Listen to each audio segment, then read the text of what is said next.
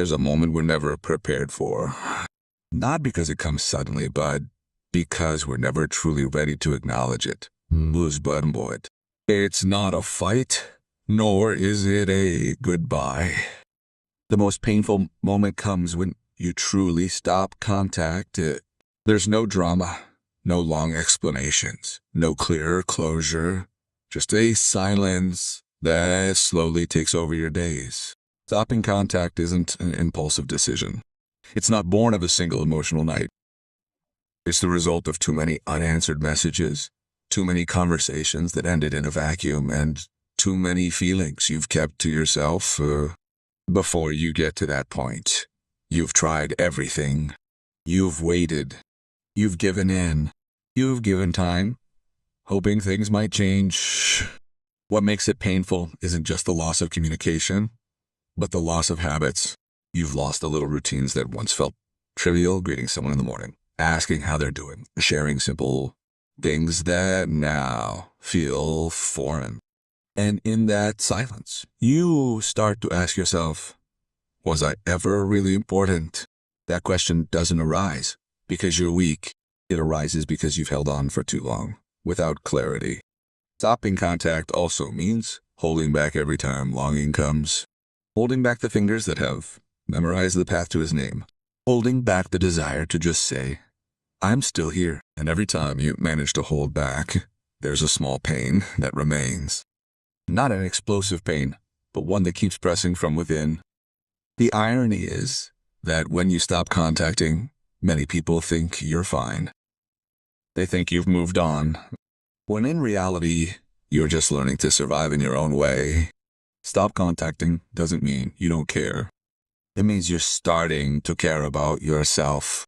And that decision is rarely easy. There are days where you want to give up, want to contact again, not because you're sure, but because you're tired of holding back the loneliness. But at the same time, you remember all the reasons why you stopped. You remember how often you waited, how often you hoped, and how often you felt alone. Even though you're not alone. The most painful moment isn't when you stop contacting, but when you realize no one was looking for you when you stopped. That's where your heart is truly tested. Will you come back just to make sure you still matter, or will you stay silent?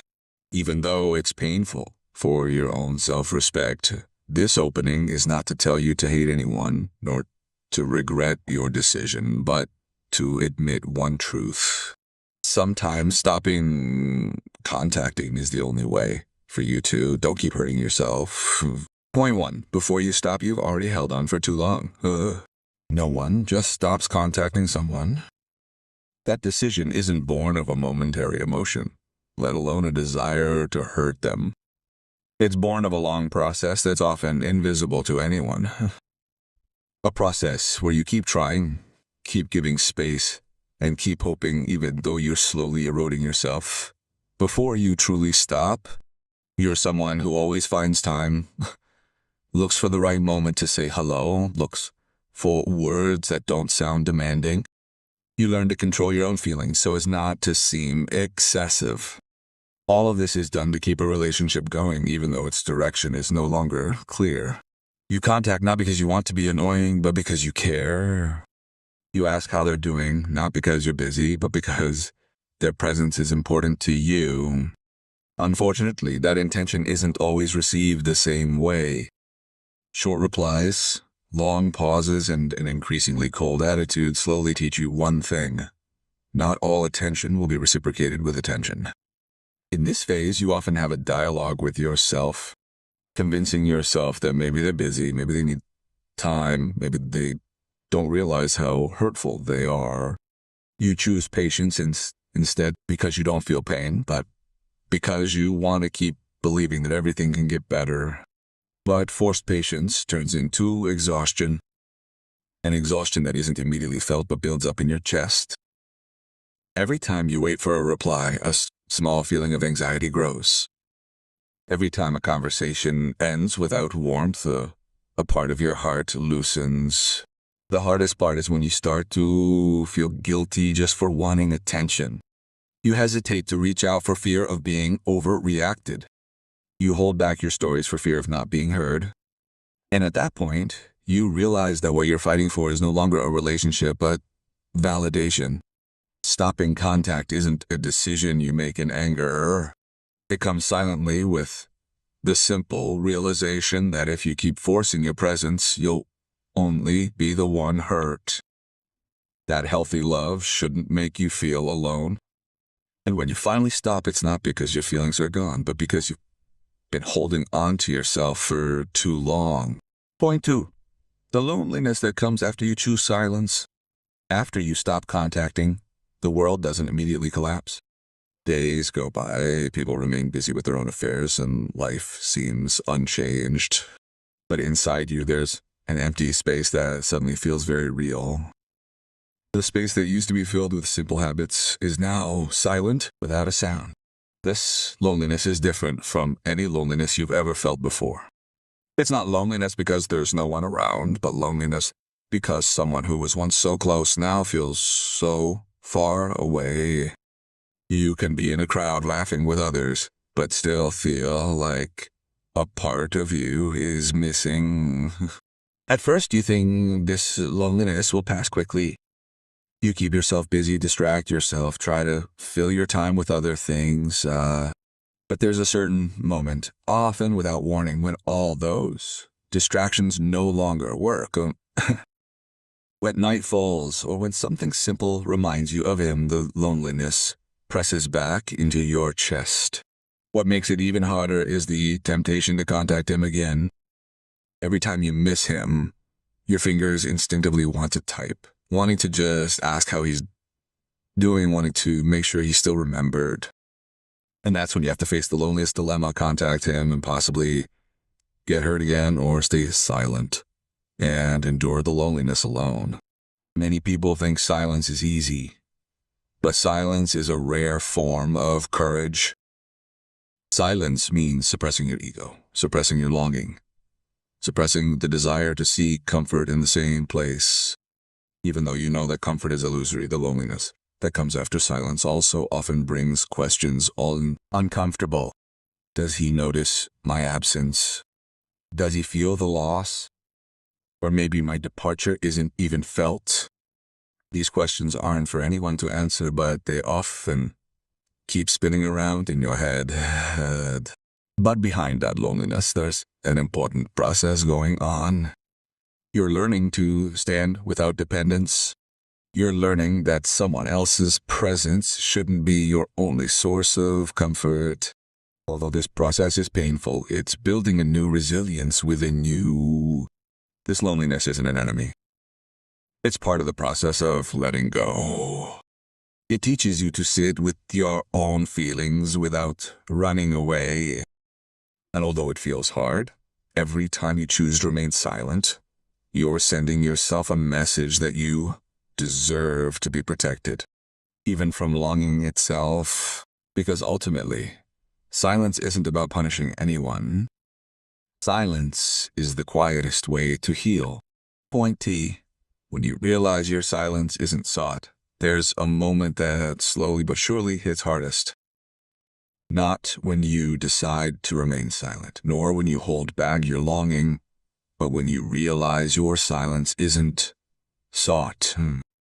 There's no message coming, no question mark, no attempt to make sure you're okay. At that point, silence, it changes shape. It's no longer a choice, but a reality. You begin to understand that your stop contacting didn't create a void on his part. That your presence, which you once cherished with all your heart, isn't as important as you imagined. This realization hurts because it's honest. It doesn't come with anger, but with cold clarity.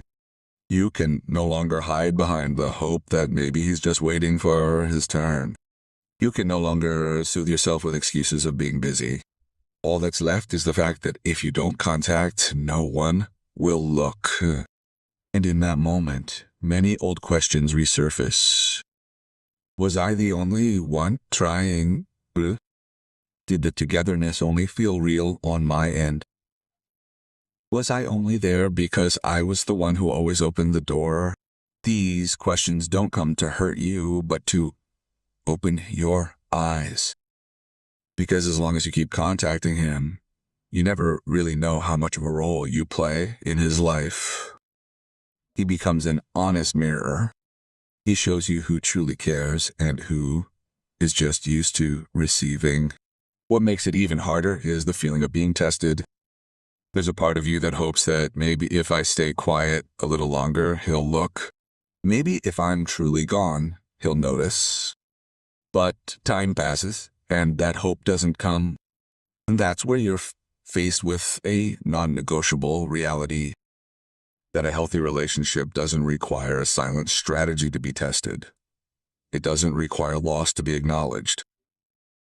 If someone truly cares, your presence will be missed even before you've drifted away. Realizing your silence isn't sought is painful, but it's also liberating.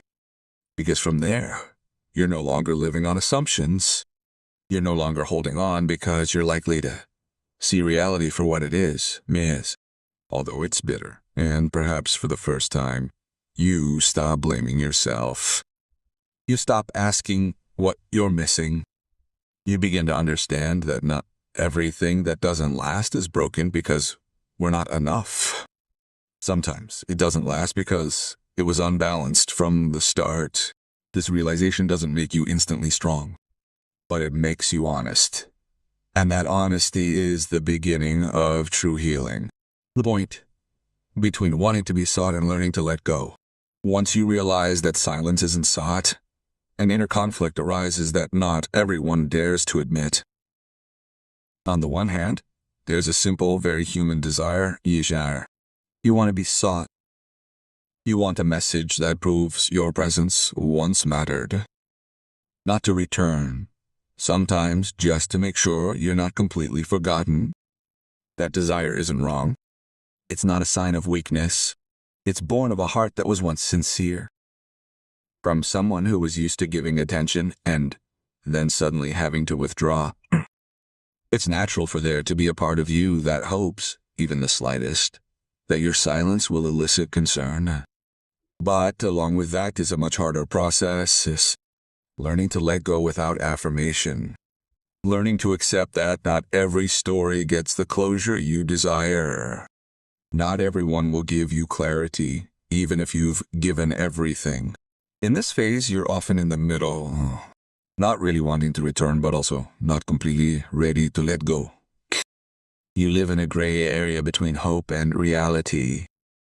Every notification makes your heart race. Even though you know you shouldn't hope anymore, the most painful thing is when you realize that if you reach out again, you might get a response. But that response isn't an answer. It will only delay the process you should have already begun. And you know that. Because if he truly wanted to find you, he wouldn't need a reason. Learning to let go here doesn't mean erasing feelings. It means stopping hanging your self-worth on whether or not you're sought after. It's a slow, often messy, and fraught process. There are days where you are strong. You are confident in your decision. But there are also days when you want to give up, want to reopen the door you've closed just to end the curiosity. That's where the real test lies. Letting go without clarity is one of the most difficult forms of emotional maturity. Because you have no validation, no comforting explanation. There is only the decision to keep yourself. Although it feels lonely and slow, you begin to understand one important thing. That being sought is not the only proof of your worth. Sometimes your ability to keep going without being called back is the highest form of respect for yourself. Point L, when you stop hoping, the wound begins to lose its power. There is a small but crucial moment when you realize that your hope is starting to weaken. Not because you have completely let go, but because you are tired of hoping alone. The hope you once guarded desperately, you now slowly let go. Not with anger, but with resignation. Giving up hope does not mean you no longer care.